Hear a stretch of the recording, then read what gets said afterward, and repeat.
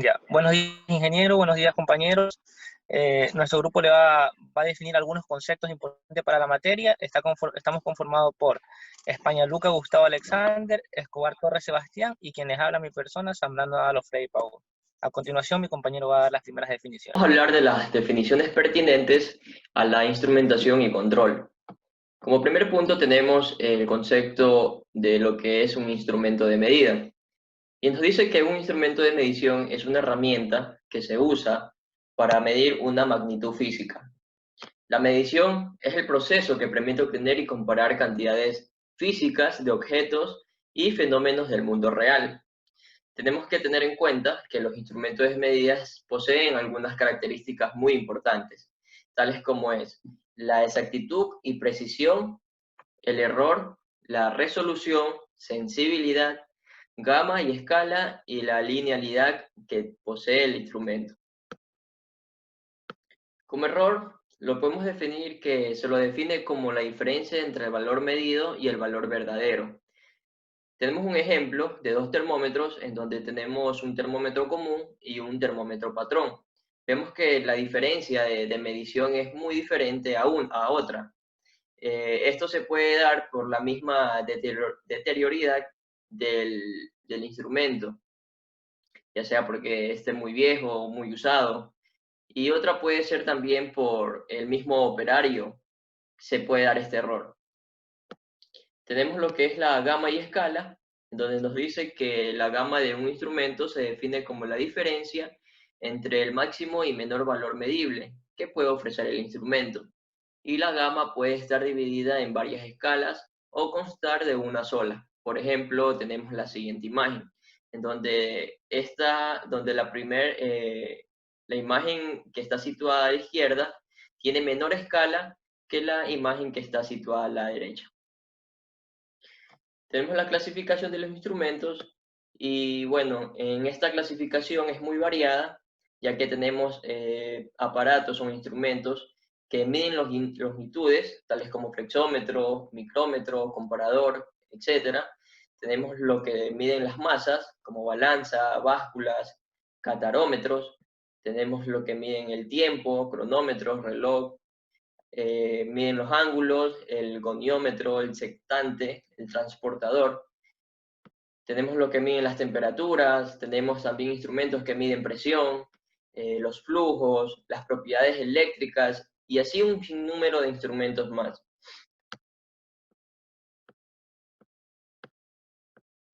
Cabe recalcar que estos instrumentos de medida, en la actualidad podemos decir que ha desarrollado, ha desarrollado un buen nivel de uso gracias al desarrollo de nuevas tecnologías. Como otra definición tenemos lo que es el sensor, que es un dispositivo que está capacitado para detectar acciones o estímulos externos para convertirlos en señal eléctrica. En este dibujo podemos ver que un estímulo hace excitar o de alguna manera vibrar el sensor y como producto va a dar una señal eléctrica. Una magnitud física puede ser una resistencia eléctrica, como un detector de temperatura, una capacidad eléctrica como un sensor de humedad, una corriente eléctrica como un transitor sensible a la luz. Entonces, todos estos estímulos físicos que le pueden sensibilizar de alguna manera al sensor tienen algunas variedades. Los estímulos pueden ser magnéticos, pueden ser ópticos, químicos, de radiación, térmicos, mecánicos, eléctricos, todo esto dependiendo del tipo de sensor que se vaya a utilizar. Y para eso tenemos clasificados los tipos de sensores, en donde tenemos sensores de contactos, sensores ópticos, térmicos, de humedad, magnéticos, infrarrojos. Podemos ver que los sensores también tienen una alta demanda en la industria y es muy necesario instalarlos. Tenemos los sensores de contacto. Nos dice que por lo general se emplea para detectar el final de recorrido o la posición límite de componentes mecánicos. Por ejemplo, saber cuándo una puerta o una ventana que se abre automáticamente están ya completamente abiertas y por lo tanto el motor que las acciona debe pararse. Entonces tenemos una imagen, cómo vemos que es el sensor de contacto, con su respectivo diagrama. Tenemos los sensores ópticos, en donde nos dice que detectan la presencia de una persona o de un objeto que interrumpen el haz de luz que le llega al sensor. Los principales sensores ópticos son las fotorresistencias, las LDR, o en inglés resistor dependiente de la luz. Las LDR son muy útiles en robótica para regular el movimiento de los robots y detectar y detener su movimiento cuando van a tropezar con un obstáculo o bien disparar alguna alarma. También sirve para regular la iluminación artificial en función de la luz natural.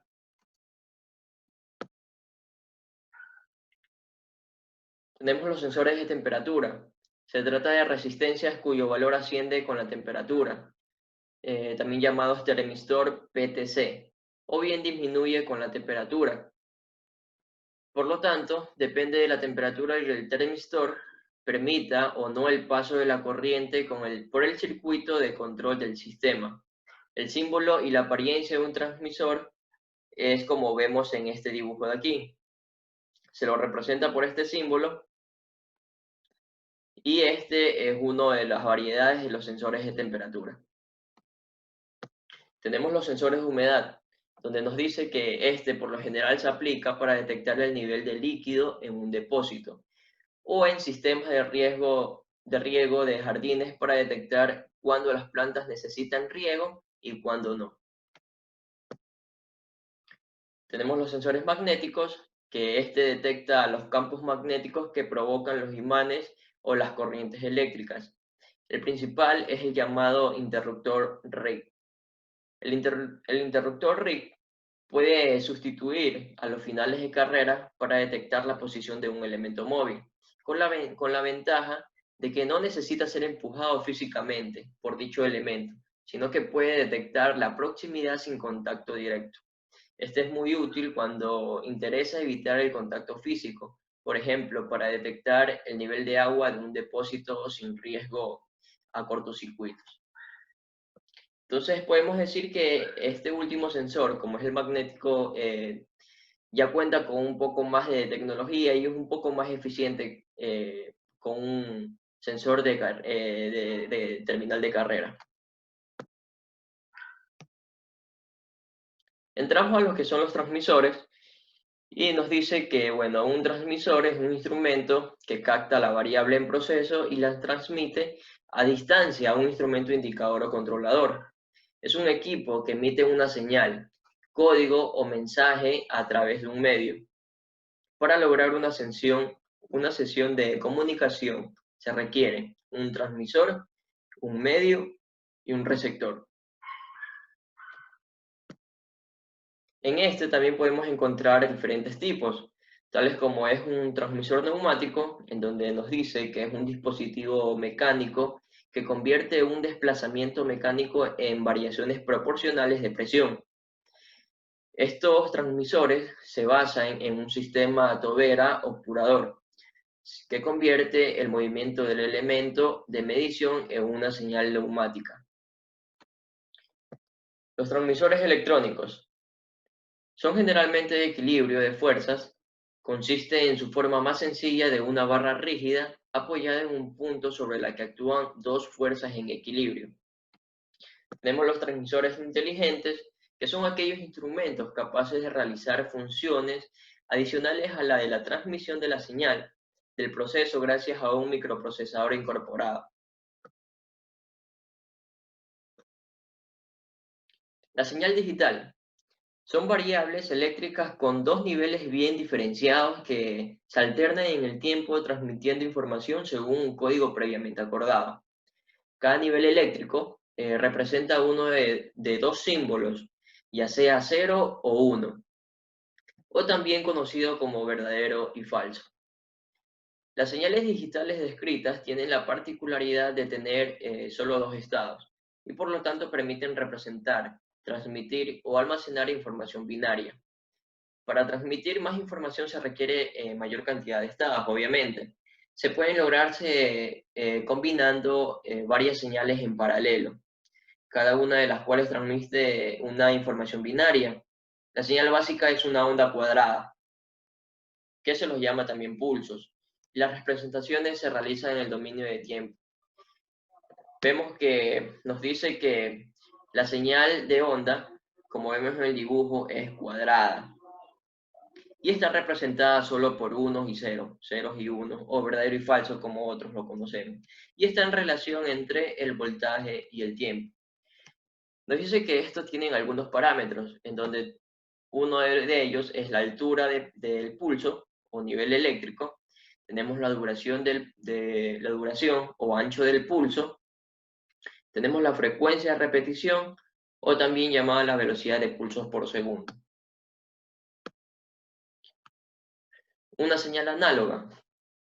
Nos dice que este es un tipo de señal generada por algún tipo de fenómeno electromagnético, que es representable por una función matemática continua en la que es variable su amplitud y periodo en función del tiempo. Las señales analógicas se pueden clasificar en simples o compuestas. Una señal analógica simple o una onda seno no pueden ser descompuestas en señales más simples. Una señal analógica compuesta está formada por múltiples ondas seno. La amplitud indica la altura de la señal. El periodo se refiere a la cantidad de tiempo en segundos que necesita una señal para completar un ciclo. La frecuencia indica el número de periodos en un segundo. Como vemos en la imagen, está relacionada por la amplitud y el tiempo. Y la onda va a ser reconocida por una onda seno. Por eso se dice que es representable por una función matemática. Tenemos el controlador. Nos dice que los controladores industriales son equipos o sistemas que permiten automatizar procesos productivos para mejorar tiempos de ejecución, bajar tasas de fallo y operar en ambientes peligrosos, sin la necesidad de la intervención humana.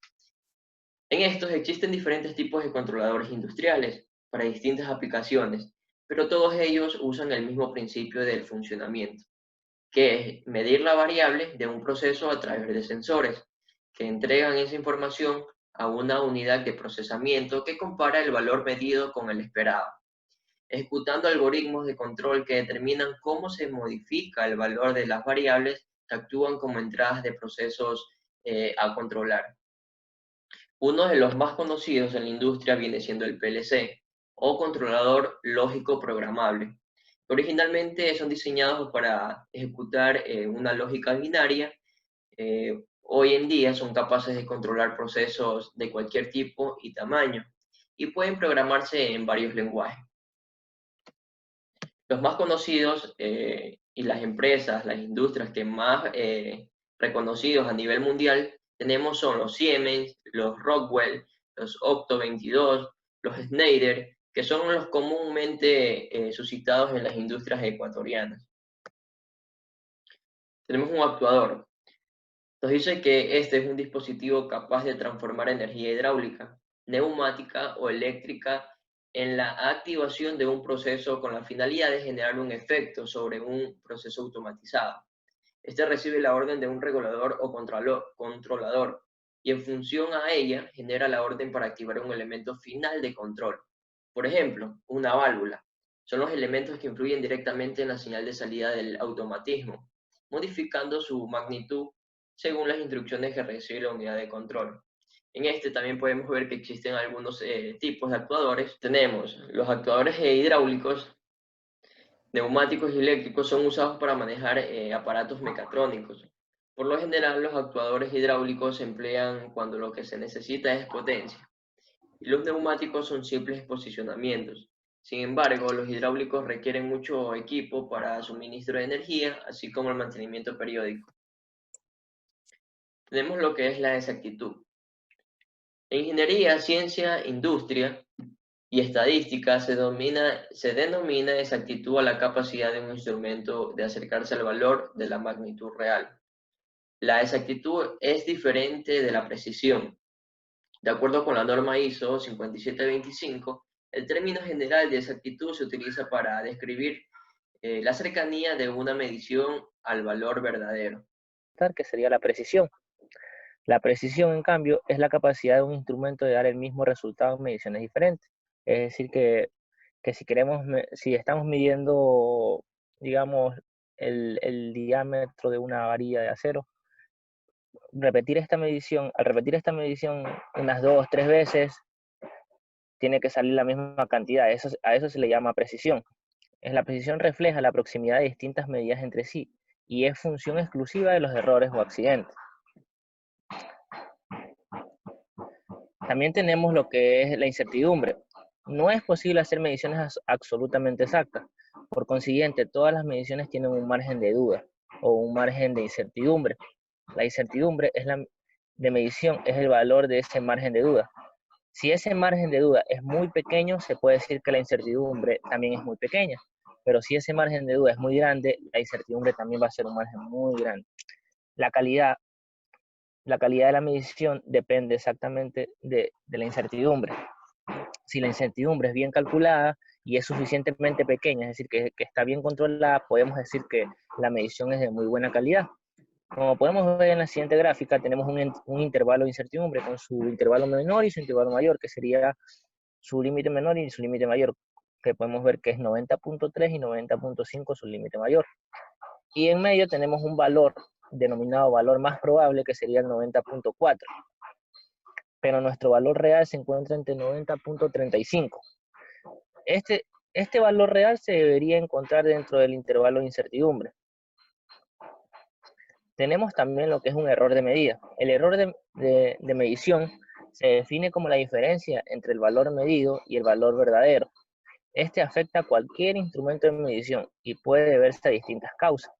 Estas causas pueden ser la influencia del operador, es decir, que el operador no sepa manejarlo de la manera correcta, la variación entre operadores o que un operador tome primero la medición y luego la tome otro, la diferencia entre las piezas a medir y la variación del equipo de medición y el método seguido. Bueno, en todo momento se desearía que el error fuese cero, pero nunca ocurre así, ya que los instrumentos se van deteriorando por transcurso del tiempo, es decir, se van poniendo viejos, ya no van midiendo de la misma manera de cuando fueron comprados, y es por esto que estos instrumentos necesitan una calibración cada cierto tiempo, dependiendo del instrumento. El error de exactitud es la desviación existente entre las medidas de los valores observados y el valor real. Es un error sistemático que puede ser tanto como positivo o como negativo, equivaliendo al valor que hay que corregir para calibrar el equipo, o sea, ajustarlo a su verdadero valor.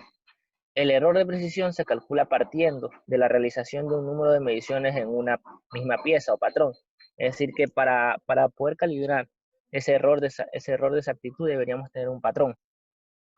O sea, algo que ya sabemos cuál es su medida definitivamente, las cuales varían entre ellas, siendo por tanto este error de tipo aleatorio. Esta dispersión es inherente a todos los equipos de medida, debido a las holguras de su mecanismo, variación en la fuente de alimentación de un circuito eléctrico, etc. Se suele dar en función de la desviación típica, por lo cual se necesita efectuar un mínimo de mediciones para que tenga un nivel de confianza. La exactitud y precisión. La exactitud se refiere a qué tan cercano está el valor calculado o medida del valor verdadero. Como podemos ver en la imagen, el gráfico de exactitud, y la precisión se refiere, en cambio, a qué tan cercano se encuentra uno de otros diversos valores calculados o medidos. Otro tema a tratar tenemos la sensibilidad. ¿Qué es la sensibilidad? Es una de las cualidades que tiene un instrumento de medida, es la sensibilidad. Un instrumento de medida es tanto más sensible cuanto más pequeña sea la cantidad que ésta pueda medir. La sensibilidad con que se fabrican los aparatos de medidas depende mucho también del fin del aparato, o sea, para qué está hecho el aparato. No tiene sentido, no tiene sentido fabricar una balanza que aprecie los miligramos para que sea el uso de un panadero. La sensibilidad de un aparato de medidas nos indica cuántas de las cifras de una medida son significativas. como podemos ver en la imagen, tenemos una balanza que su sensibilidad va a ser de 600 gramos por 0.1 gramos. Esta balanza puede ser utilizada dentro de un laboratorio químico o en otras actividades en las cuales se necesita medir cantidades muy pequeñas. Ya. Tenemos también lo que es la repetibilidad.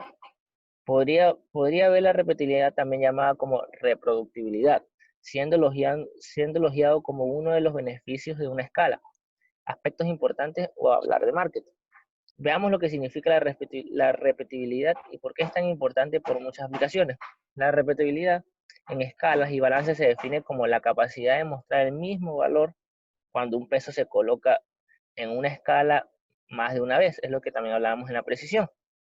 A menudo se expresa como una desviación estándar de 5 a 10 pruebas. Entonces, si ponemos un peso de 50 gramos en una balanza, en 10 ocasiones, la báscula debería decir durante las 10 ocasiones que pesa 50 gramos.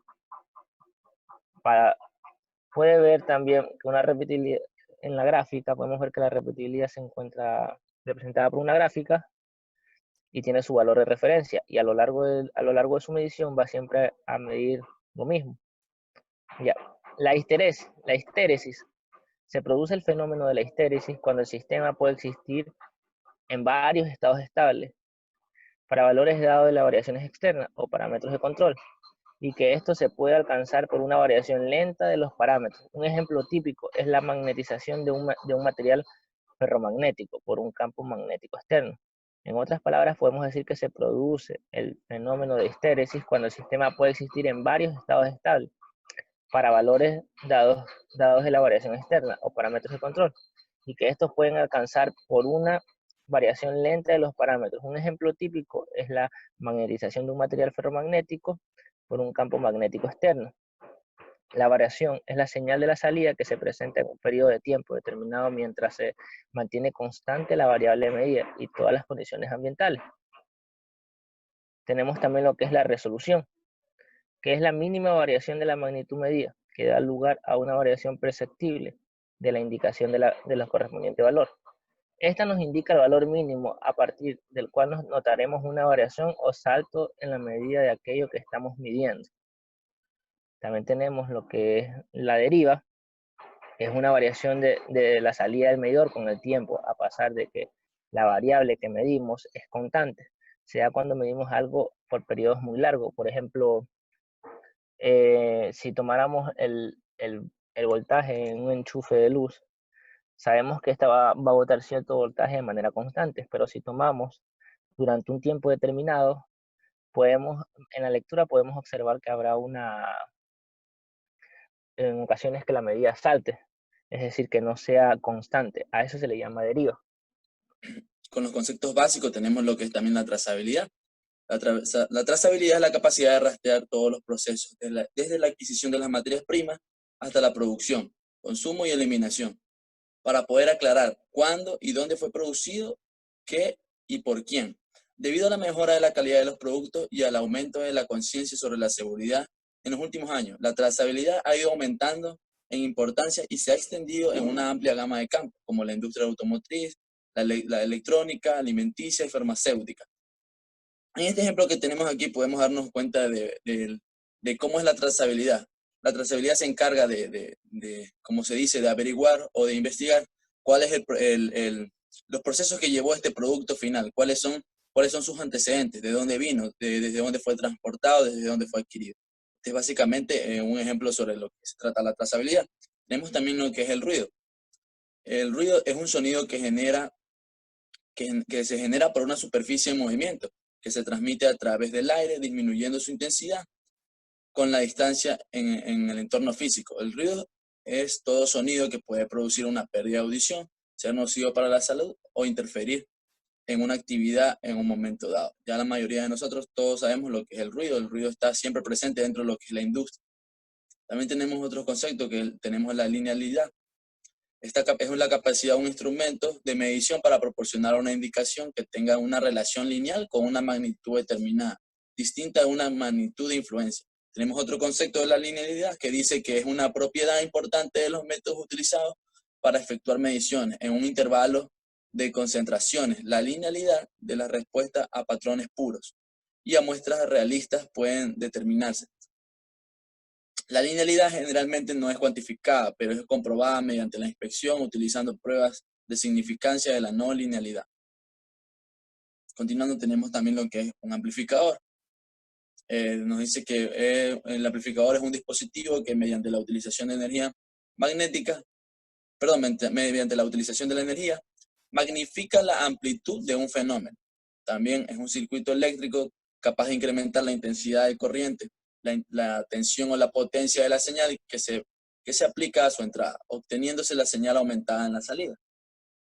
Y también es un dispositivo para aumentar la amplitud o potencia de una señal eléctrica. Se utiliza también para ampliar la señal eléctrica, una señal eléctrica débil, captada por una antena o un receptor de radio. La emisión débil, la emisión débil de una célula fotoeléctrica. ¿Qué quiere decir esto? Que vamos a tener lo que es una señal magnética o una señal eléctrica débil. El amplificador lo que va a hacer es incrementar esa señal en la salida, como una respuesta. También tenemos lo que es la calibración. Es la comparación documentada entre el dispositivo de medición que se va a calibrar y un dispositivo de referencia trazable. La calibración también es la acción de comparar la indicación de un equipo o un instrumento de medición con un patrón de referencia de valor conocido. Bueno, tenemos lo que es los sistemas de control. Nos dice que un sistema de control se caracteriza por la presencia de una serie de elementos que permiten influir en el funcionamiento del sistema. La finalidad de un sistema de control es conseguir mediante la manipulación de variables de control un dominio sobre todas las variables de salida, de modo que éstas alcancen unos valores prefijados. Un sistema de control ideal debe ser capaz de conseguir los objetivos y cumpliendo con los siguientes requisitos. Primero, tenemos que el sistema de control se encarga de garantizar la estabilidad y particularmente ser robusto frente a perturbaciones y errores en los modelos. Segundo punto, ser tan eficiente como sea posible según el criterio preestablecido. Y ser fácilmente implementable y cómodo de operar en tiempo real con ayuda de un ordenador. Tenemos diferentes tipos de sistemas de control. Tenemos los sistemas de control de lazo cerrado. Son los sistemas en los que la acción de control está en función de la señal de salida. Es decir, en los sistemas de control de lazo cerrado o sistemas de control de realimentación, la salida se desea controlar, se realimenta para compararla con la entrada. En este caso es el valor deseado. Y así generar un error que recibe el controlador para decidir la acción a tomar sobre el proceso, con el fin de disminuir dicho error. Por tanto, llevar la salida del sistema de control al valor deseado. El sistema de control de lazo cerrado, las características que tiene, por ejemplo, estos son complejos y amplios en la cantidad de parámetros. Suelen ser más estables a perturbaciones y a variaciones internas, y la salida se compara con la entrada para realizar el sistema de control. También tenemos lo que es el sistema de control de lazo abierto. Se caracteriza porque no recibe ninguna información o retroalimentación con respecto al de lazo cerrado sobre el estado de la variable. Por lo regular se utilizan cuando las variables son predecibles y tienen un amplio margen de error, ya que se puede calcular el tiempo o las veces que se desea repetir el ciclo para completar el proceso. Aquí tenemos dos ejemplos de la diferencia entre lo que es un lazo abierto, un sistema de control de lazo abierto y un sistema de control de lazo cerrado. Por lo que podemos ver, en el lazo abierto no hay ninguna retroalimentación, en cambio en el lazo cerrado sí, porque ellos se basan en el resultado de salida y lo comparan con el de entrada. Bueno, muchas gracias, eso es todo. Gracias, ingeniero.